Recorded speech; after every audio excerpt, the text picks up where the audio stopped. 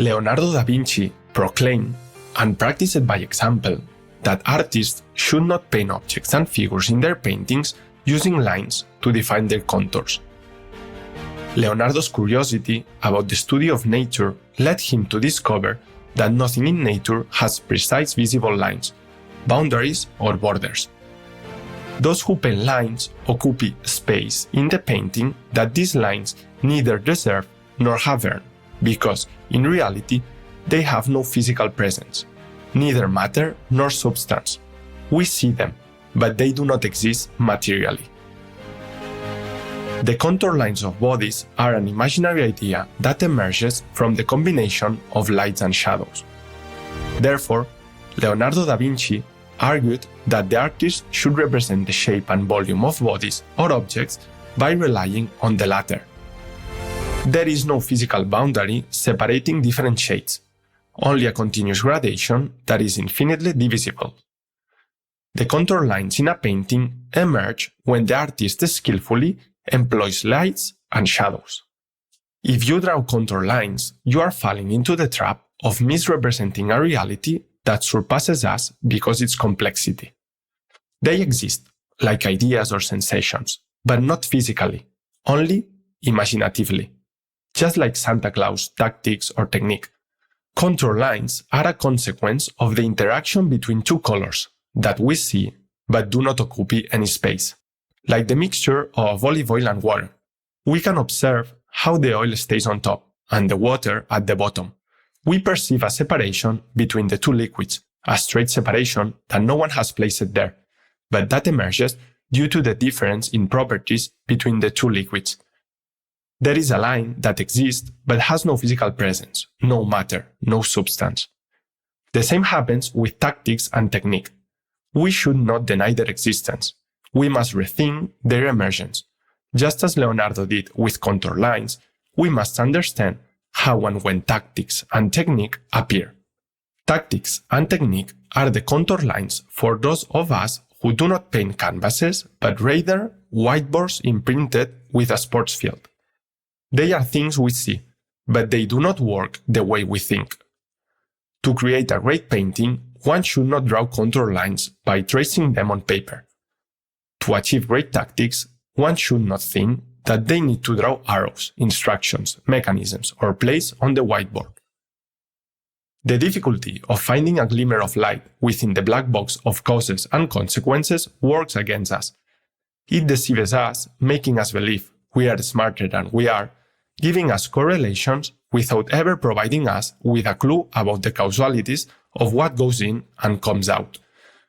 It often makes us look at the finger when the wise man points at the sky. We focus on the superficial. We observe the contour lines, the passes we make in the game, and we train by imitating repeatedly to perfect them.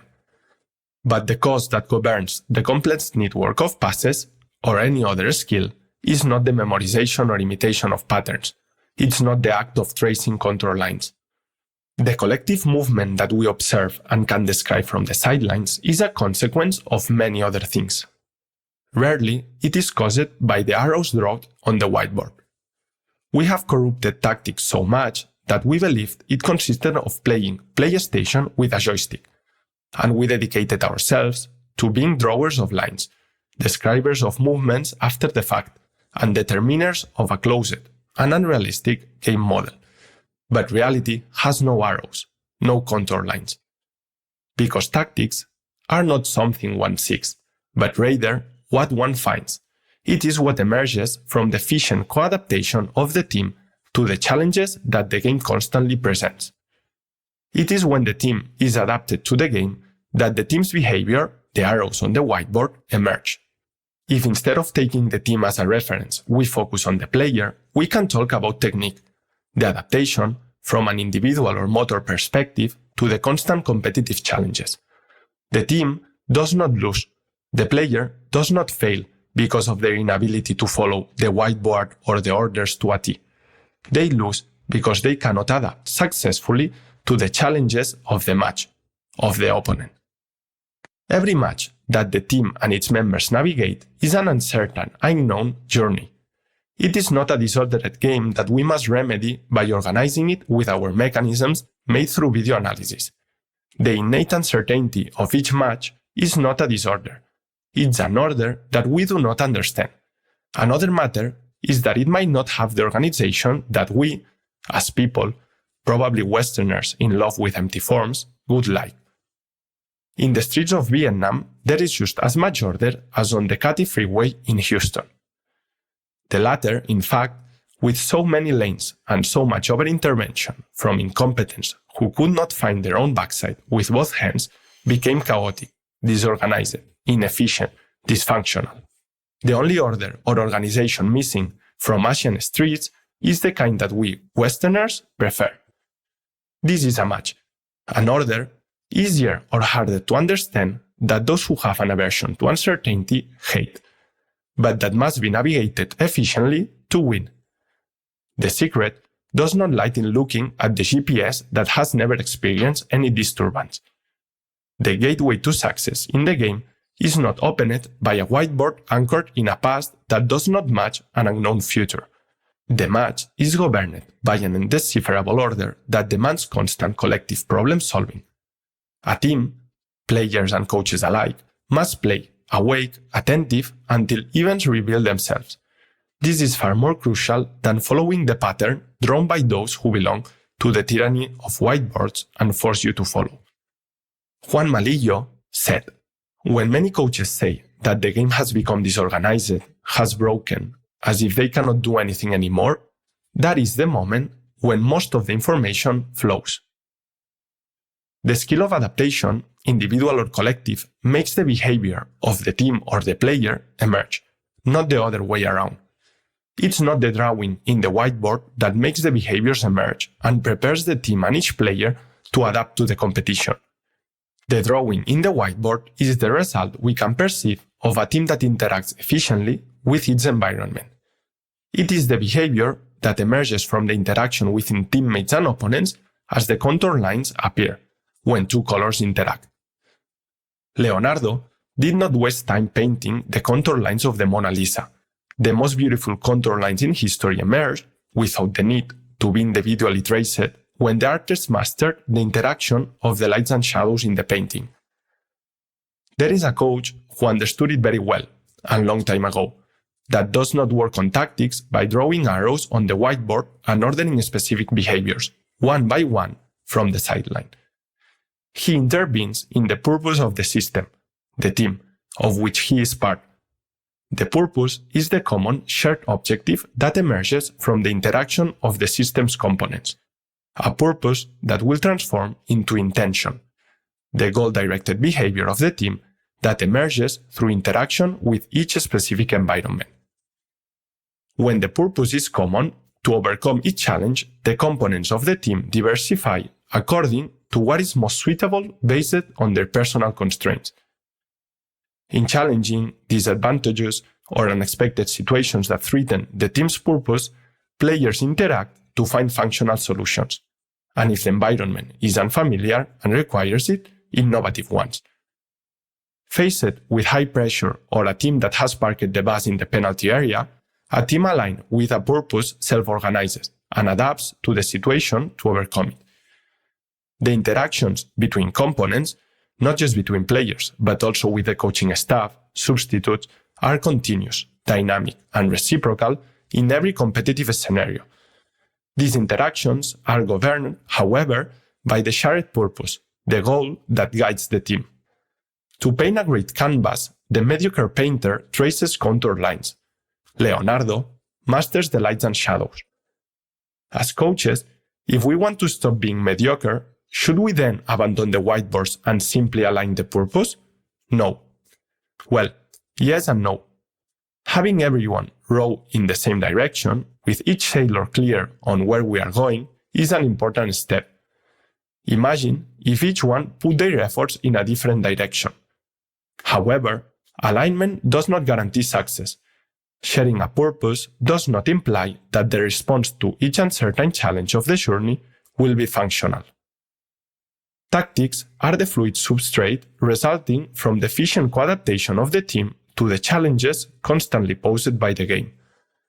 Once the team is guided by the light of the same lighthouse, the next step is to develop the skills to adapt efficiently to the different environments the uncertain journey will present. We must become a team efficient in solving problems, not in memorizing solutions. It's more important to adapt to what one encounters than to be obsessed with what one seeks. Do not obsess over the arrows on the whiteboard that, in many cases, do not account for what will actually happen on the field. The best tactics in the world, just like the best painting, will not emerge from the closest arrows drawn on the whiteboard. It is not created by looking at the map, predicting the peculiarities of the journey, memorizing them, and executing them as if assembling a car. Here we will make a pass into space, here this, there that, and we will score a goal. Nonsense. Fraud. The best tactics in the world will be witnessed in the mastery of shadow and light, of the team's perception and action in fulfilling a purpose. When the crew adjusts the course towards the lighthouse they are heading to, in the face of large waves that they encounter but had not predicted, when they overcome the storm that splintered and surprised them, when they efficiently fend off the various attacks with different strategies of the pirates who wanted to assault them and drive them away from their destination, when they adapt functionally that in periods of fragility, when a sailor is injured, needs rest or leaves. Similarly, the best technique in the world does not develop thanks to suggestions from slow-motion biomechanical analysis with more gadgets than common sense that conclude that the elbow should be positioned at 35 degrees instead of 36. The perfection of individual movement is witnessed when the crew member dexterously overcomes each challenge of the journey, when the player has explored a multitude of different landscapes that have given him adaptability to competitive uncertainty. How then do we train the best tactics in the world?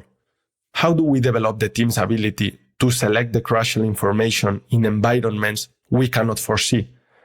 How do we make them capable of adapting to scenarios that cannot be deciphered in advance?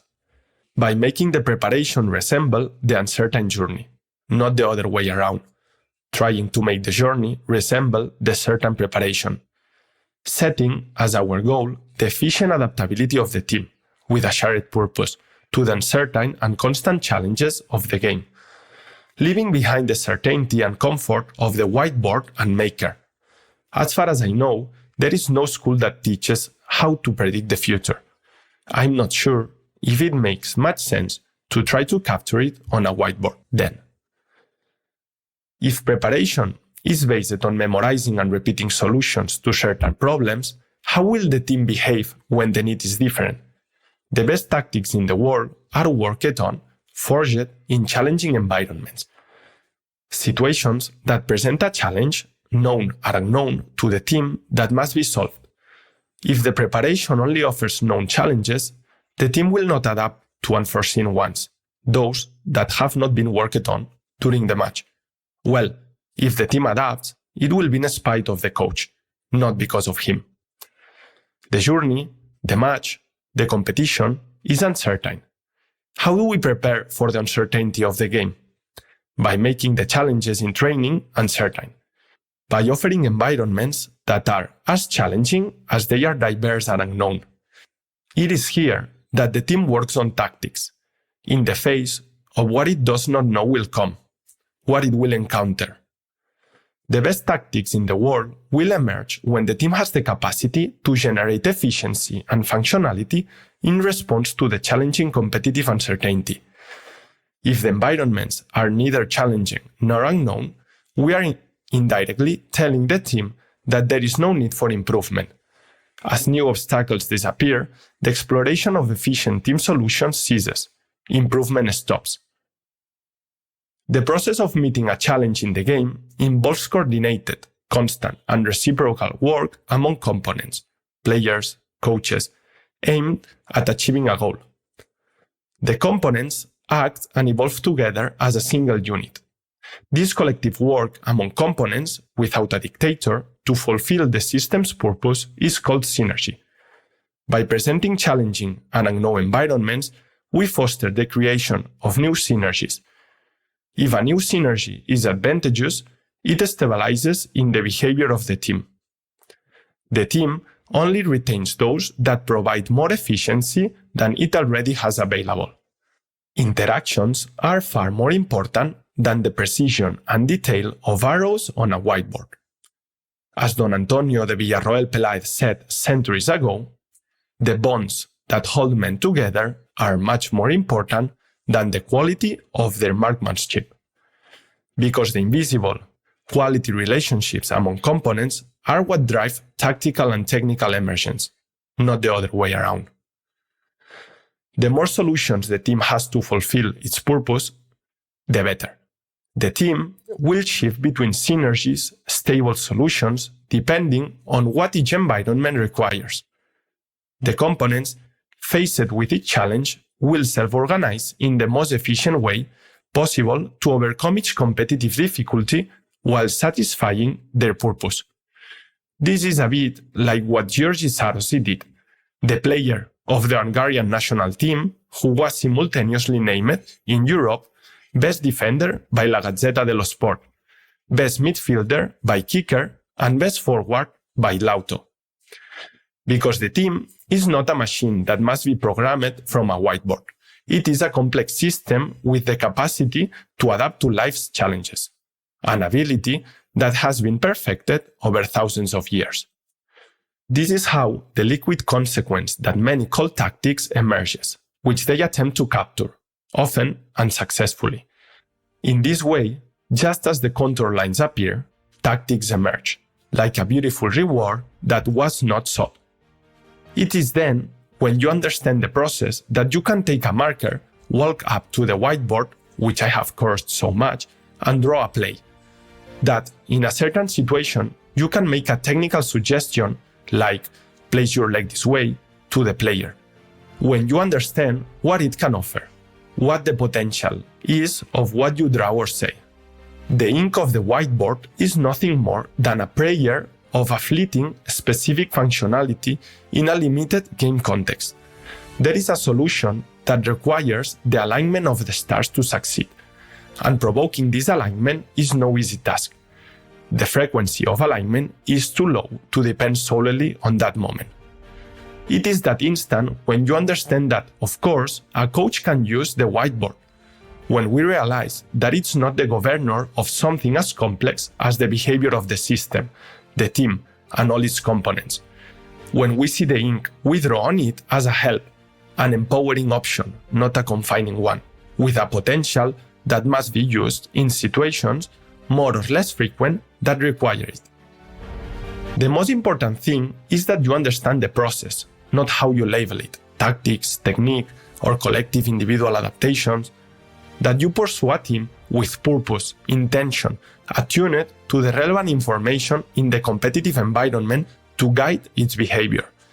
It is then that the efficient behaviors of each component emerge, which the monkeys like to think they occur thanks to the arrows they previously drew on the whiteboard, believing themselves to be the great designers of the sports universe.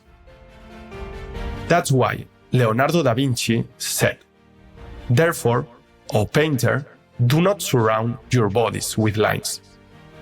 Therefore, O coach, do not organize your tactics with arrows and orders. Do not think that technique is like a synchronized swimming routine. Therefore, O coach, focus on the invisible magic that brings forth tactics and technique. Do not obsess over imitating material observable consequences that results from the beautiful process of co-adaptation."